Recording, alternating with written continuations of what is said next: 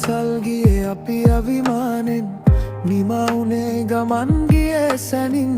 බොක්කේ මිතුරයි ගියේ දැන් තාමත් යන්නේ එක හිතකින් මාගේ මිතුරන් බොහෝසෙයින්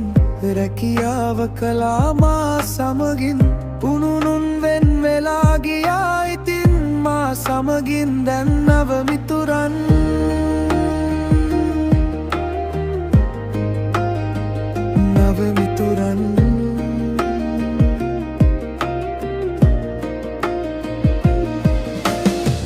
සමගින් ජීවිතේ දුවන්නේ විවිධාකාරෙන් මිනිසුන් හමුවේ රටේ හැම තැනම ඇවිදින්නට වේ කන්තෝරුවේ පමණක් නොව මම ඉන්නේ